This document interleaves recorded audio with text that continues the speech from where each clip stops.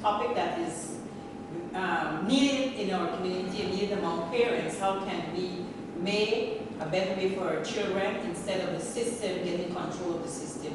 We have members of the Thompson Kids organization here and members of the ex-Guyana Defense Force who will share their views of how they feel about parenting taking control of your children instead of the system taking control.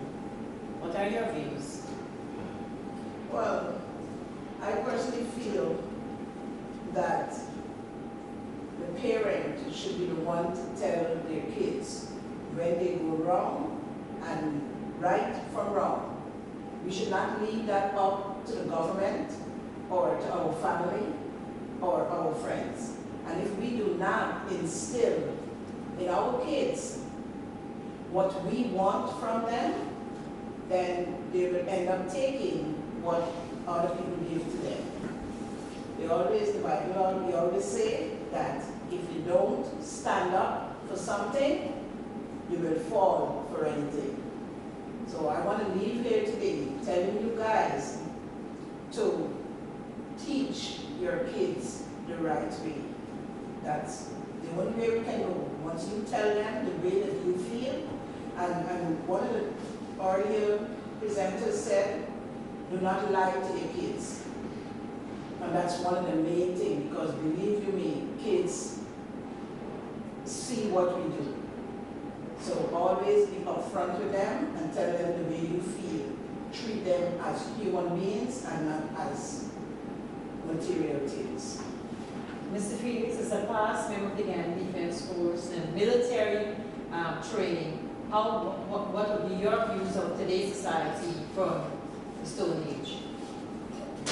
I think what should happen is that parenting should be a skill that should be taught in school, colleges, and universities.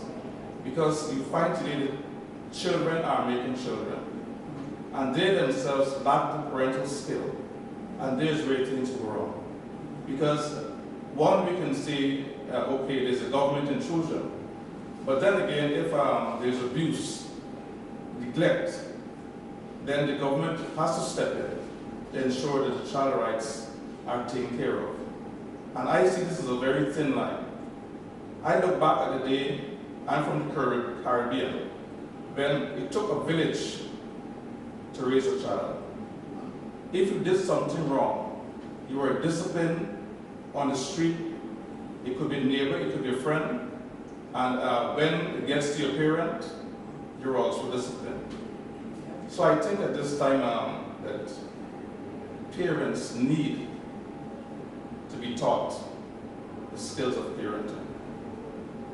Thank you. I would just like to elaborate on that a bit. I was born here in the United States of America, and in the age that I grew up in, the same type of skills took place. If you did something in a neighborhood, you knew that a neighbor would discipline you or say, you shouldn't do that. That's the community that we had. We no longer have that in our community anymore. If you do something in front of an adult, or you wouldn't do anything in front of an adult because it would be considered disrespectful. But children don't behave that way anymore. You don't have that community raising a child. It's not a village. You're on your own. So as an adult, as a parent, you really have to be vigilant, as I said before, in raising your children. Because you don't have the support of the community or maybe not even family anymore. mentioned before, when you become pregnant, you have prenatal care. I was saying it should also be a class given with that prenatal care. Parenting skills, because not everybody has the skills to be a parent. I had my first child at 25, and my mother had daycare center, but I really didn't know how to breastfeed or do any of those things. So parenting classes are very important for young people. And the skills that come along with parenting is something that should be offered to young people, because everybody, not everyone has those skills. And as I said before, parenting is a very, very intricate job. A very intricate job, and it shouldn't be taken so lightly. From the embryo to the young adult, parents should take control. And we ask our president to share her views on parent, what she thinks about this exercise that we're going through as parenting belongs to parents and not to the system. Like I said earlier, this is a very deep subject that we just scratching the surface of it. And each of you touched on some very, very key points in terms of, we all here, I think most of us here have Caribbean background. And coming from a Caribbean background, we know of discipline, real discipline. And talk about village raising a child, yes, I came from that background, whereas you couldn't do anything on the street and without your parents knowing, because you have so many people looking out for you. And today we lack that. And Mr. Felix touched on a very, very, very important topic. Parents, young women needs to be taught parenting skills. And I think that is the foundation, and that should be the core of parenting. And I think that's what most of these young women, because we have children making children, and lack that parental guidance and that parental background. This is the result that we get when we have children making children. When we don't exhibit certain behavior as parents, it starts with us. Believe it or not, it starts with us. We have got to exhibit certain behavior so our children would mimic that. When we exhibit poor behavior in our home, that's what our kids take outside of the home. When we don't give them love and that support, that Malachi, in his welcome speech, he talked about all we need is some love and attention. And when we don't give our kids that love, they look for it elsewhere. They get involved in gangs. That's one of the main things that our children, we lose our children to this gang. They look for the love in all the wrong places. And at the end, we lose our children to the very thing that we don't want, society, the jail. And we have to take control as parents. Be vigilant of our children, who they're with, where they're going, and spend quality time. We as parents sometimes doesn't do that. We think when we buy a shirt, a pants, or all these name brands, we're making our kids happy. But we need to spend quality time. Understand your child's feelings, where they're coming from. Let them express themselves. Build a relationship with your kids. Don't be their friend. Be a parent.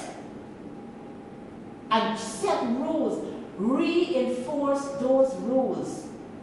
And we will have a better society and leaders that we can be proud of.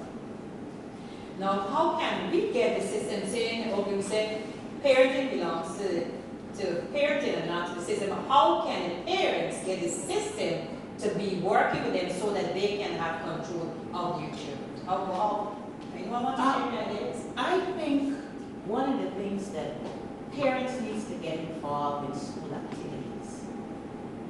We send our kids to school, there's parent-teachers meeting, parents doesn't show up.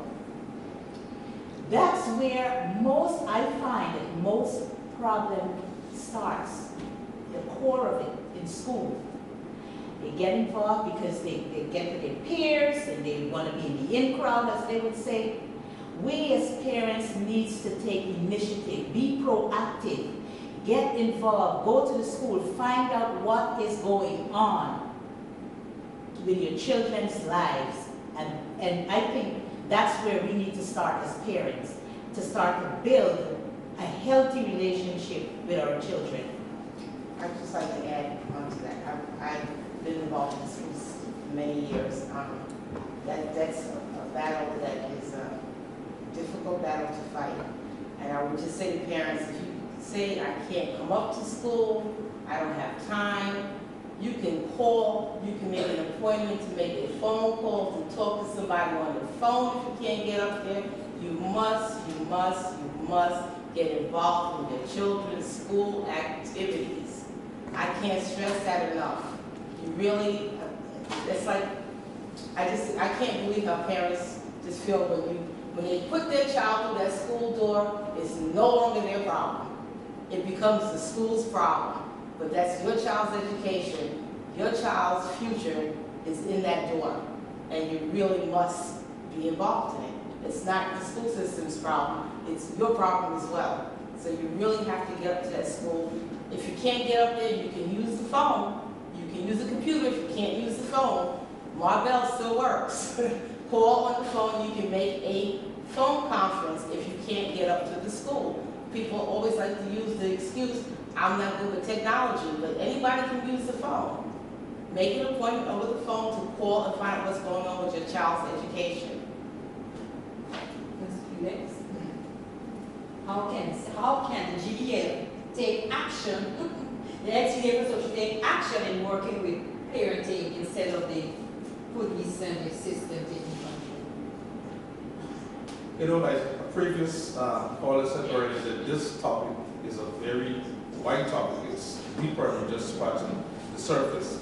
Because, you know, we all part of a broader society. And when you look around, there's so many variables that come in the way of parenting and skills. Like we've got a lot of mothers who are single parent family, and they spend a lot of time trying to be the breadwinner, and they miss out school activities, they miss out school programs. And as a result of that, the children fall in the wayside. And unless these things are remedied, or the government decide, well, look, the amount of money they're spending through the social services organizations, part of that can be spent to develop programs to encourage our parents to come in and to orient them, make them aware of what's happening, and so that they can become better parents. Okay. Well, as a member of the Lions and working with the Lions group and community, what can the Lions do to enforce or to work within the community to get programs or projects that the system will not be involved or take away our children? The Lions, as it stands now, needs to take a more upfront role where kids are concerned. I mean, Lions do take a role with the kids, but they're basically focused on the blind. They do a lot of charities, you know, for the blind. And what we need to do on a whole is to get more involved in the school system, coming back to the school system where the parents, you know, we must have like adopt a child. You know, doesn't have, you know, if you adopt a child, it's not yours. And you don't need to adopt a child to have the child in the house and minding the child. Just adopt that child to help with the education, to help with the homework in the afternoons. This is what we want. People to adopt, oh, you know what? I'm going to start a program where I can go to school day and says, you know what? I have 15 parents who are willing to adopt one of these kids to help them with the homework. And you know that's a responsibility you have to take. At 6 o'clock, you pick up a child, you know, and you work with that child. It starts with one. have to adopt a parent. One, well, you really need to adopt a parent. But we start with one person can make a difference. So we all gotta come together and start looking at these kids as kids. Janice said it earlier, you're not our friends. I know parents want to be the kids' friends. And I always tell my kids, I'm not your friend. If I want a friend, I go look for Patricia Trim. But I am not your friend, I'm your mother. So don't come to me, my son. I have two beautiful kids. When my son come home, I was in the school system. I was there. And when my son come home, and he comes with, they do the test and comes with 98, my God, I want the two. He said to me years ago, I want to exchange my mother because my friend is taking home 70% and his mother is not wrong with him. I said, I'm not your friend's mother. You don't bring 98 in my house. You got to come with 100. I just tell you, go back through that door and bring back the two. You're missing something. Got to be diligent with your kids. I don't care what anybody say. You got to start with you. And I'm going to stress that. They have to start with you. You know, we say that parents want tutoring. But we were in Guyana and we had teenage children. My sister-in-law got her first child at 16. So we have teenage children all over. The thing what we have to identify is that we're in a different country. And we have to program our thoughts. That you know what? We're not at home, we're not back home. We cannot live with this village. The village is gone. Concentrate on what's here and let's work with what we have. And this is what we have to do. You know, when you said that working with the back home, in the correction, if you do something wrong and you go to the police station, the precinct, that policeman is coming to talk to the parent. And then when the policeman finished, he said, okay, let me see where you get that bruise. Take down the bonds. And when you get him, he said, bring the letter. So he makes certain that your mother give you a good thrashing so you will not go back to the prison. So that is the type of relationship. And I think the people from the Caribbean who came here, they just get Americanized and they forget about their culture and they forget.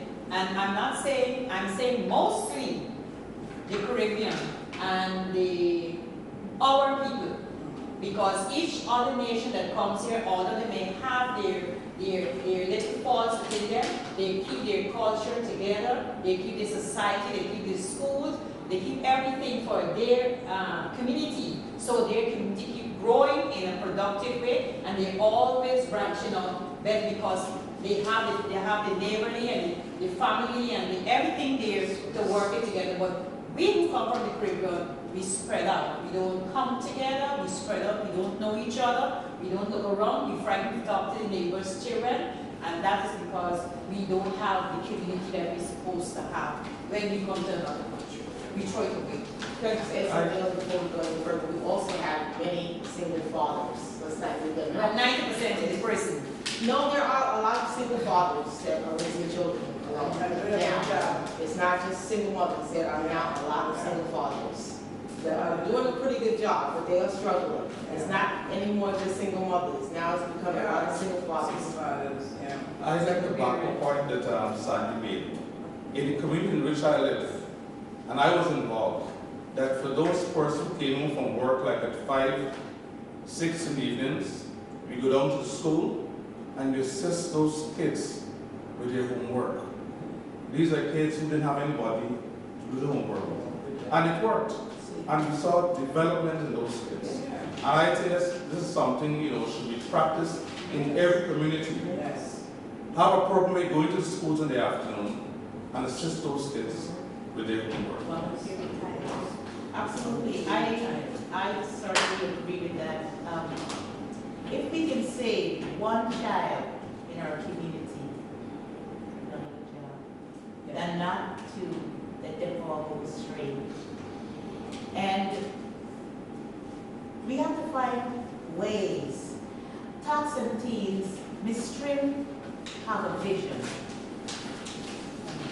And I just joined this organization. And when I spoke to Ms. Trim, I sense she has a vision and need some of us to see that vision. We would want to help, but you have to see the big picture and get involved. We as parents sometimes doesn't get involved. We need to get involved in community activities. Some of our parents, we don't even know our community leaders. We don't know who to call. There's a situation, not sure who. They have no idea. That's because we do not get involved. And I think if we get more proactive, and like I said, if we try to save 1 or 2 kids in our community, we have done a good job. So we need to reach out more.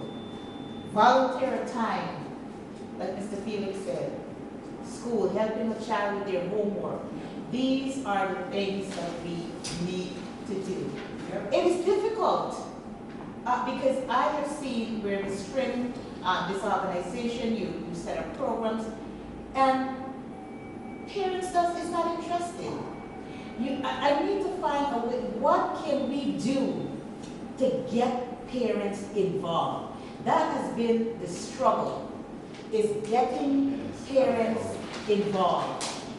So as I leave here, this is the question that I would leave each and every one of you. What can we do? We try to start something here. You see how many parents that show up.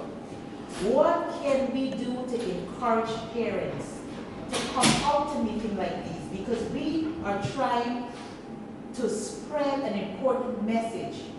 Because if we teach our children the correct way at home, we would have better leaders, we would have safer communities, and as a whole, a better country. And this is what we need to do as parents. Well, we have heard so much, and what we parents, grandparents, and family and guardian can do to make our community better. If we hold our hearts and mind together, we can do a lot. All that we have to do is say, yes, we can. And as we come together here and we try to it's not easy to break in something into the community or break in something to elected officials, your ideas. But if we keep on doing it more often, it will be able to get a light, a flame, it will be a candle lighting in the tower, that we can able to say, yes, there's a light here, let us go and make that light successful. And thank you all for sharing your views on parenting belongs to parent and not to the system.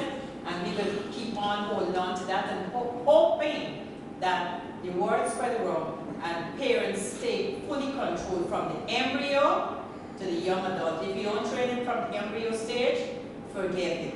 You have to train it from the embryo. You cannot wait when a coconut tree grows, then it's straightening. It can't straighten. You got to chop it up. And that's what's happening with the way when the children get big to correct them. But no, the police take advantage of the situation. Boom. So we as parents have to instill in our children that they are the future, they are beautiful, and they can do a lot of things. Once again, thank you for being on Thoughts and Teens, and thank you for listening to our Parenting Belongs to Parents and Not to the System.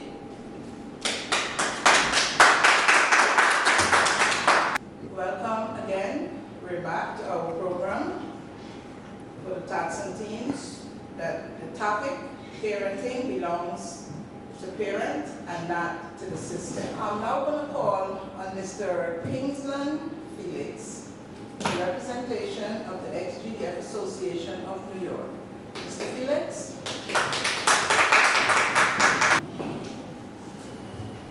Thank you, Madam Chair. My presentation will be very short, but what I would like to say is that what parent hasn't wondered at some time, are those really my kids? Now comes a combination of state, federal, and international organizations to tell fathers and mothers that no, not entirely. parental rights organization's president, Michael Farris, who is the co-founder and general counsel of Homeschool Rights Organization, Legal Defense Fund, contends that America needs a wake-up call to action against governmental control of their children before it's too late. The vast majority of parents and adults in general think that the normal traditional rules of parents' rights are still in place, that parents can make decisions for their children in areas of education, upbringing, medical care, etc. In fact, parental rights were so well established at the time that the U.S. Constitution was launched that the founders did not recognize parental rights in the Constitution. In fact, if we're going to protect parental rights once and for all, we've got to put it in the text of the Constitution itself. The Parental Rights Amendment is an effort to put the traditional legal standards of parents who can make decisions for their kids in the actual text of the Constitution. For the first time in American history, and quoting Justice Wagner of the Supreme Court, the majority of the Supreme Court no longer treats a parent's right to control and direct upbringing of their child as a fundamental liberty. And this was said by former District Court Judge William Wagner. We now have a situation where government itself becomes a standard, and whoever is in power gets to say what liberty is. There are people each and every day who are scheming to take away parental rights, to start to destroy the family structure. What we've seen over the last 40 to 50 years is continual legislative and judicial overreach, going into areas that we never thought they would reach into. This is seen as the government's intrusion into the family's boundaries. The government has a role, but it's not a role of the partner, it is a role of the backstop, Farris said. If you abuse your kids, if you neglect your kids, and they have evidence of that, the government moves in, and they should move in under those circumstances. But when they treat all of us as if we're child abusers, that's absolutely outrageous, and we cannot stand for it. This overstepping of the state's role can be traced to oppressive European regimes of the not-so-distant past. And this is my contribution. Thank you so much.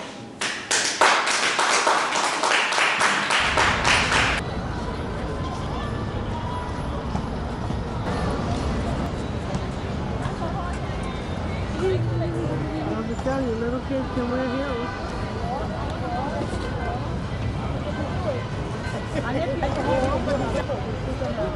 On Tuesday? Kids are wearing.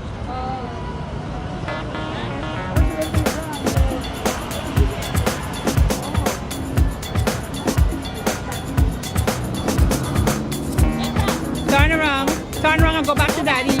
Go back to daddy. Walk to daddy, walk. Turn around. Smile and walk. Smile and walk. Come this way, come to mommy. Smile and walk. Smile, come baby. Come on. Looking good.